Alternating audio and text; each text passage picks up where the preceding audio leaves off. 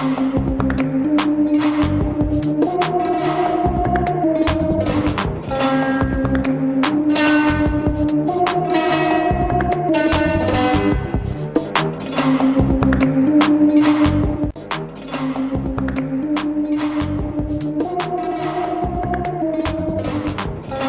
voulais annoncer en début d'émission, notre invité aujourd'hui c'est le député, a dit le docteur Kampativ, qui s'est prononcé donc sur la construction de cet hôpital dit de référence, mais il y aura des commentaires avec bien sûr les débatteurs, hein, les habitués de la maison. Régis, bonjour. Bonjour Erwan, bonjour à Daniel qui est également là, bonjour aux téléspectateurs. Oui, bonjour Daniel. Bonjour Erwan, bonjour à toutes et à tous. Aujourd'hui la voix, les voix ne partent pas.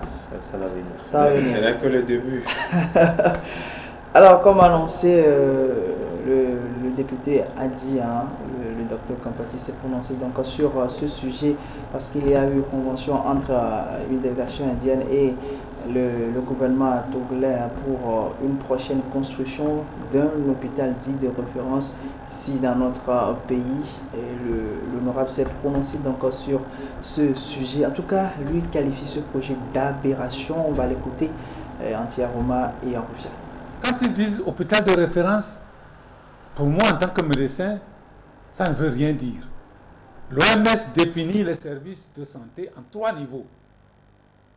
Le niveau primaire, le niveau le plus bas, les centres de santé périphériques. Et le deuxième niveau, c'est le niveau des hôpitaux, les hôpitaux de préfecture, les hôpitaux régionaux. Et le troisième niveau, qui est le niveau de référence nationale, c'est les CHU. Il n'y a pas un quatrième niveau. Au troisième niveau, c'est là qu'on trouve les services spécialisés. Donc, je ne connais pas le cahier de charge de ces Indiens qui racontent ça. Je ne sais pas s'il s'agit d'un hôpital privé qu'on veut construire. Si c'est ainsi, c'est encore une aberration, parce que ce sera un hôpital de super luxe qui sera tellement cher qu'il ne sera accessible qu'aux plus nantis et ça n'apportera rien à la population. S'il s'agit d'une tendance sous-régionale, c'est une autre idée. Ça veut dire que ce seraient des hôpitaux sous la CEDEAO ou sous tout le moins l'UMOA qui créeraient des centres de référence régionales. Par exemple, on choisirait un pays qui abriterait un hôpital spécialisé dans les maladies cardiaques. Un autre pays abriterait une troupe. Ce ne sera pas des initiatives de pays individuels. Parce que ça coûte tellement cher et tellement difficile à entretenir que nos budgets ne peuvent pas supporter de tels coûts. Et là, c'est une autre idée. C'est porter l'idée au niveau de la CEDEAO pour que nous avons au niveau de la CEDEAO, on a l'organisation de la santé pour l'Afrique occidentale.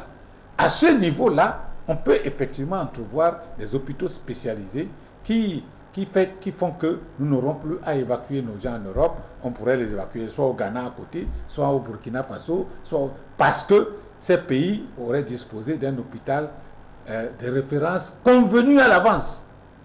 Alors j'ai dit, le président Talon a dit ça, mais il a déjà annoncé aussi un hôpital de référence de je ne sais pas quelle envergure.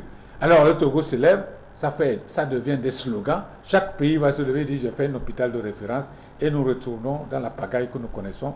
Aucun de ces hôpitaux ne pourra fonctionner comme il faut et ce sera soit des éléphants blancs comme on dit d'habitude, des choses qui ne marcheront pas, ou bien ce sera, comme je crois le percevoir, des prédateurs, des prédateurs venus de l'étranger qui viendront construire un hôpital privé hyper sophistiqué pour lequel le commun des mortels du Togo n'auront pas accès.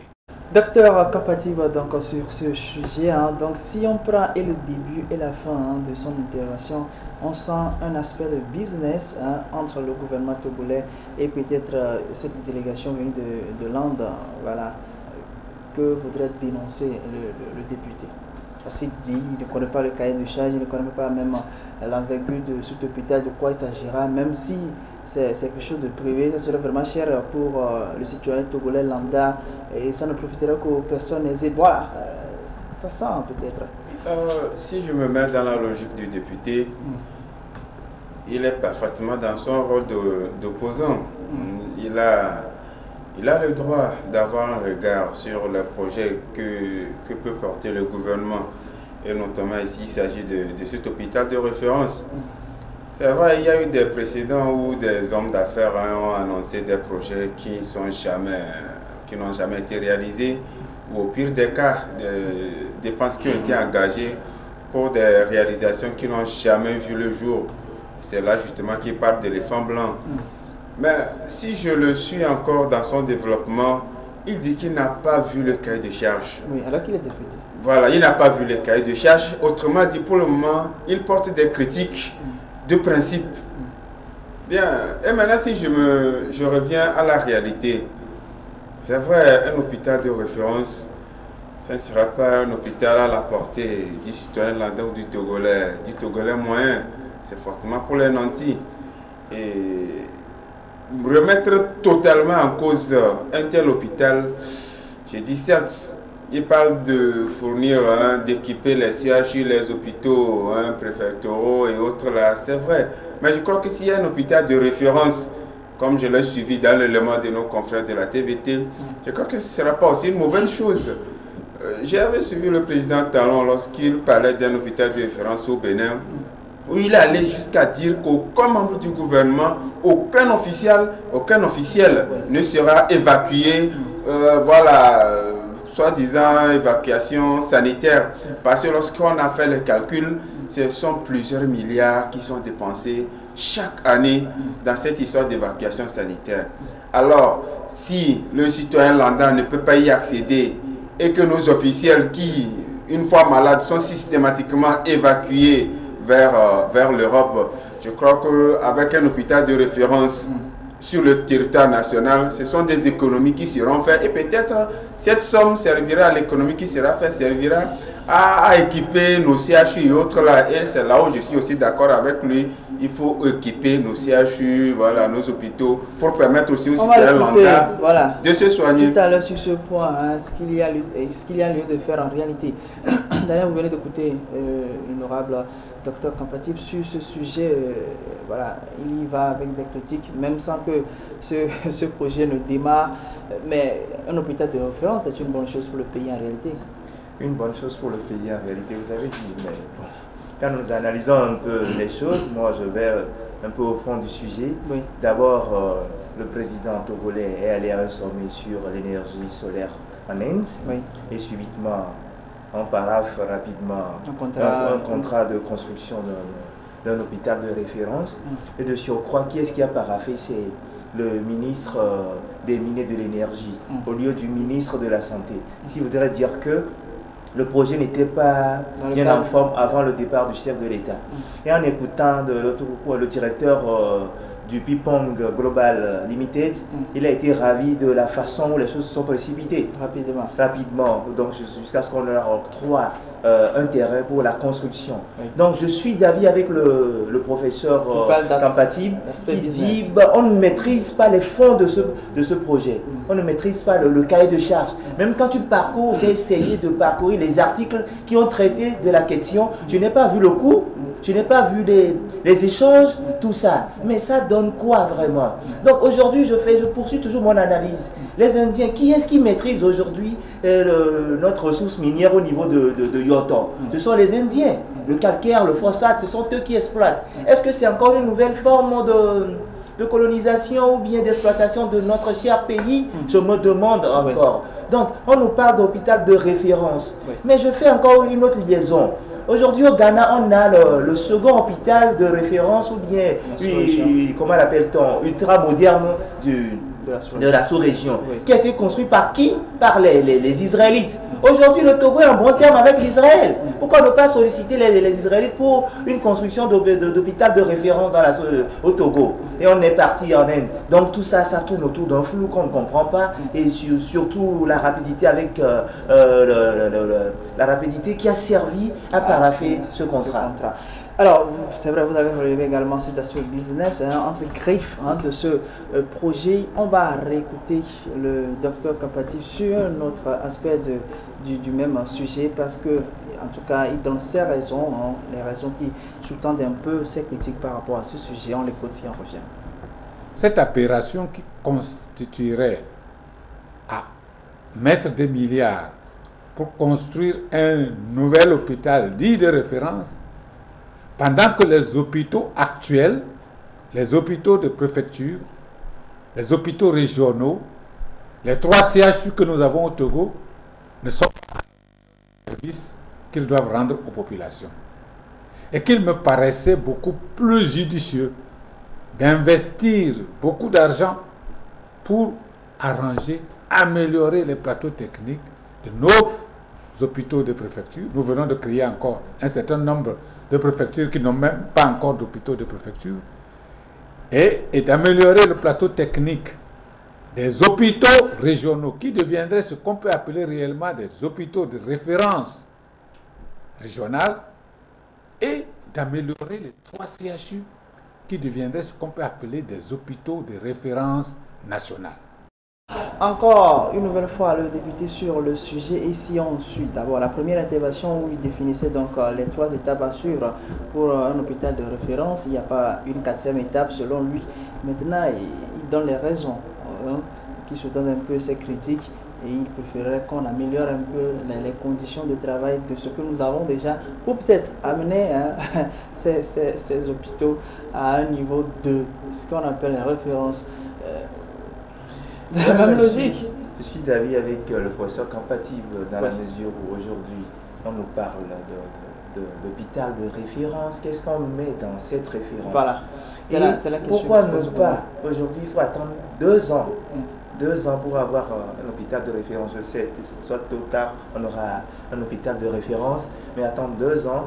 Mais avec tout ça, si on orientait un peu, faisons un tour à l'intérieur du pays pour voir ce que c'est que les CMS, ce que c'est que les hôpitaux régionaux, autant pour moi, les hôpitaux régionaux, pour voir ce qu'on met et pour en venir au moins, mais pour ne même pas faire le tour à l'intérieur, voyons ce que c'est que notre CHU de Lomé, CHU Campus. Est-ce une façon de négliger un peu la population, parce que comme on l'a souligné, ou bien le député l'a souligné, cet hôpital de référence ne sera destiné pour personnes aisées.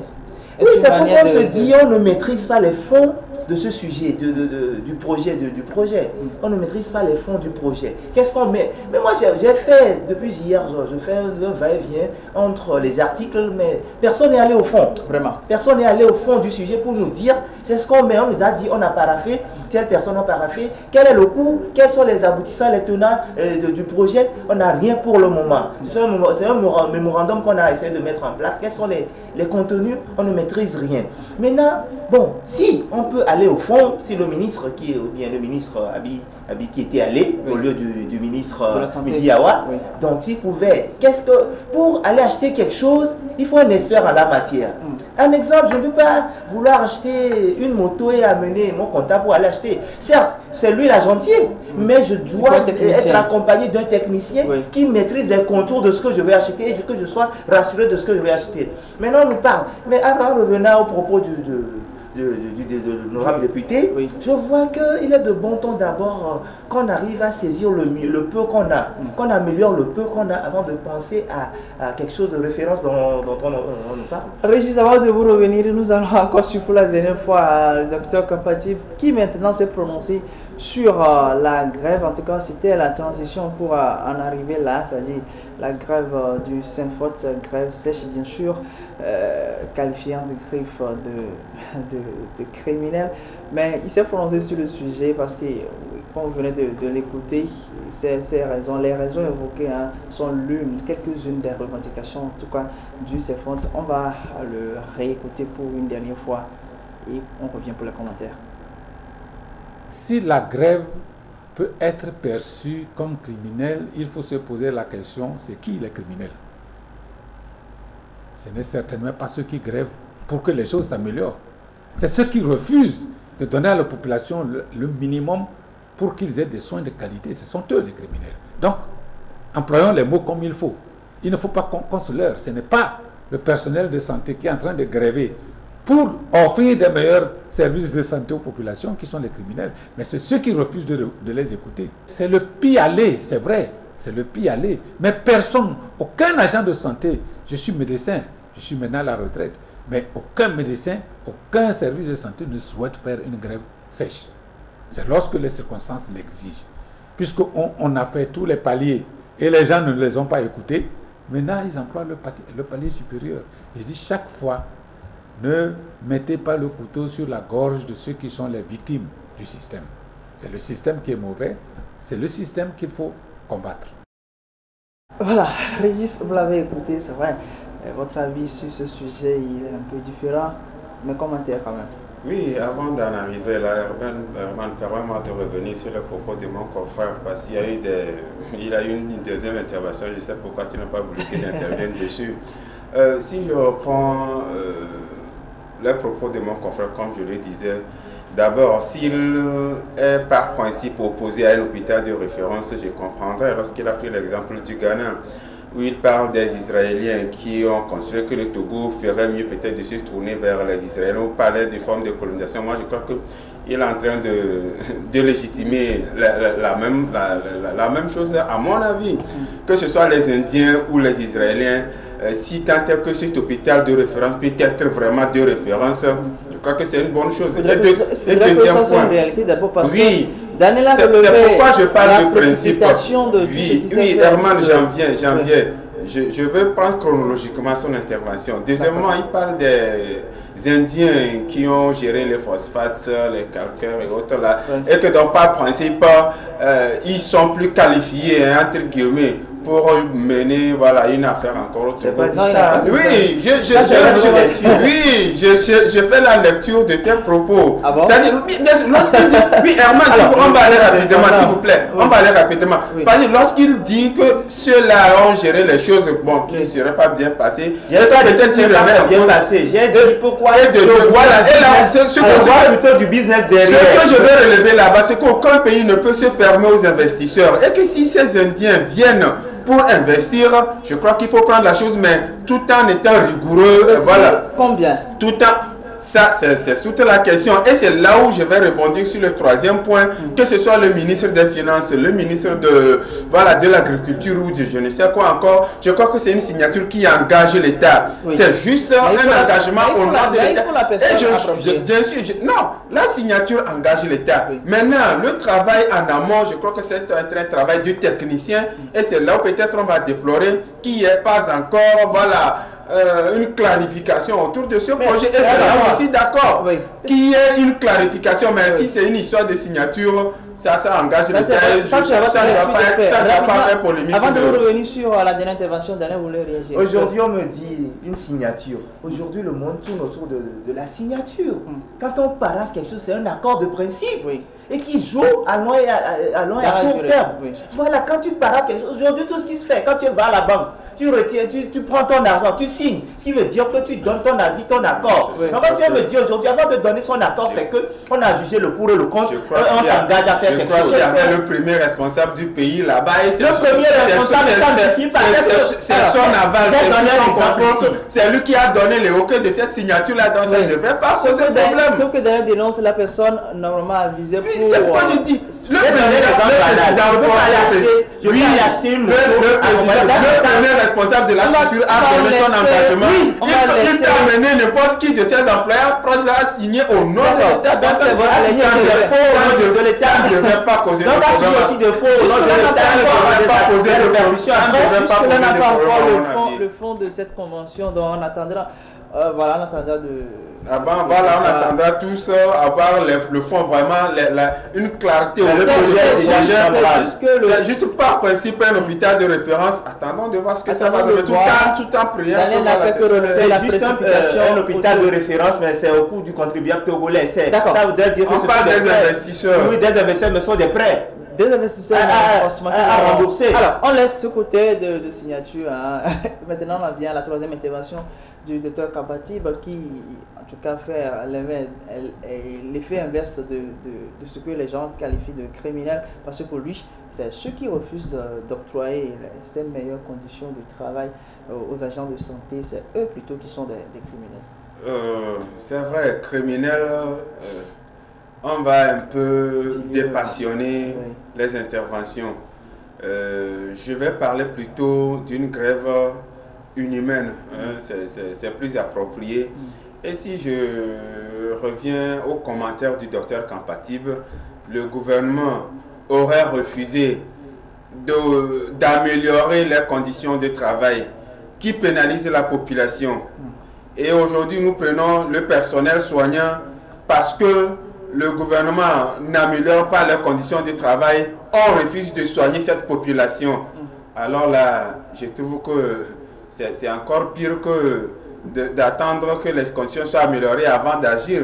Si c'est parce qu'on refuse de m'aider à faire mon travail, je refuse totalement d'abandonner mon travail. C'est tout comme je cherchais une ici à la télé. Parce que bon, je veux qu'il y ait une meilleure décoration du studio, je veux qu'il y ait ci ou ça, parce qu'on ne me l'a pas offert, je zappe totalement. C'est priver les téléspectateurs de l'information. C'est vrai, c'est un exemple qui n'est pas très approprié, mais c'est juste un ramassis. Et là encore, on peut tolérer parce qu'il n'y aura pas mort d'homme. Oui. Mais si ceux qui, dont le travail est conditionné par la survie d'un être humain, refusent de faire ce travail-là, c'est plus grave. Donc vous êtes en déphasage avec... Non, je ne suis pas en déphasage. C'est vrai que le corps médical doit exiger les meilleures conditions de vie.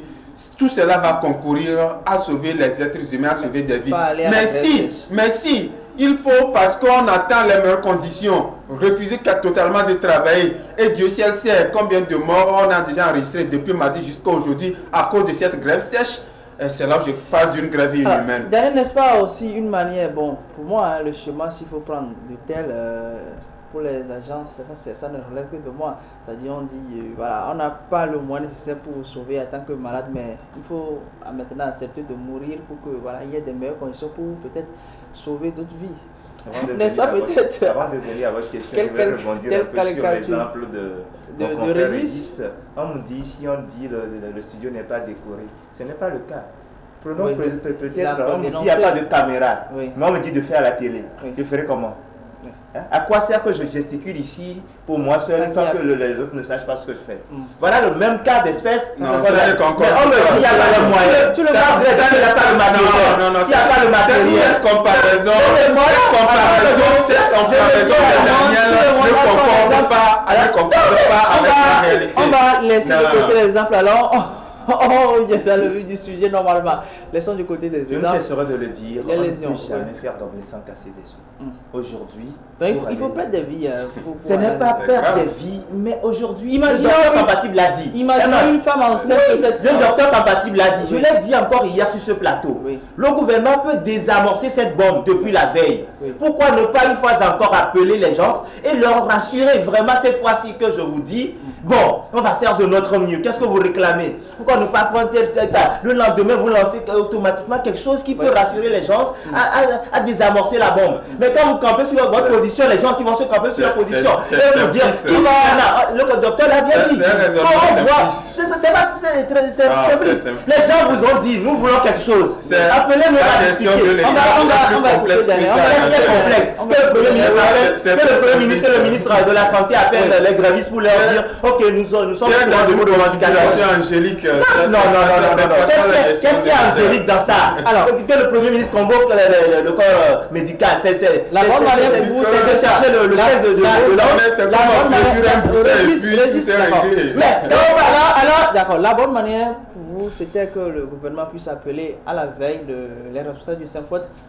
S'ils ont su libérer, d'abord, pour une revendication, ils ont libéré le professeur Iou. Pourquoi aussi? C'était deux revendications. La principale. C'était deux revendications. Et le professeur l'a dit tout à l'heure, par rapport à la seconde revendication, il y avait des paliers. Le Saint-Fouet a posé les paliers, un à un, mais arrivé au sommet, maintenant, qu'est-ce qu'il peut faire? Rien.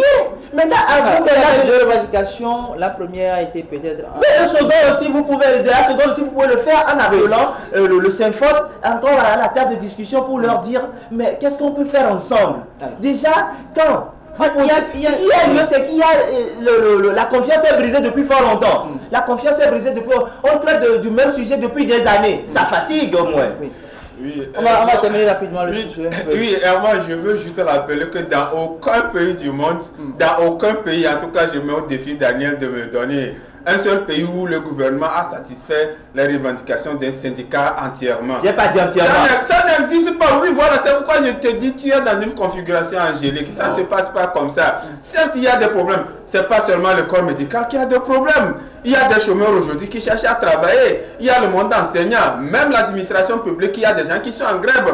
Et donc, je crois que s'il y avait les moyens stockés quelque part, il suffit juste d'aller puiser ces moyens-là et satisfaire tout le monde. C'est vrai, il faut améliorer ce qui peut l'être.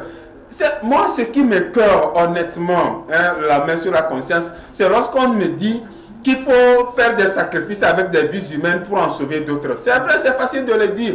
Mais je crois que si ça tombait sur nous, bien ça touchait un membre de notre famille, on aurait un autre discours, on aurait un autre langage. Moi, je crois qu'il ne faut jamais faire des sacrifices humains pour sauver d'autres vies. On termine ce sujet, et comme on a l'habitude de le faire depuis le début de la cour d'assises, on va encore suivre le compte rendu de la journée du 14.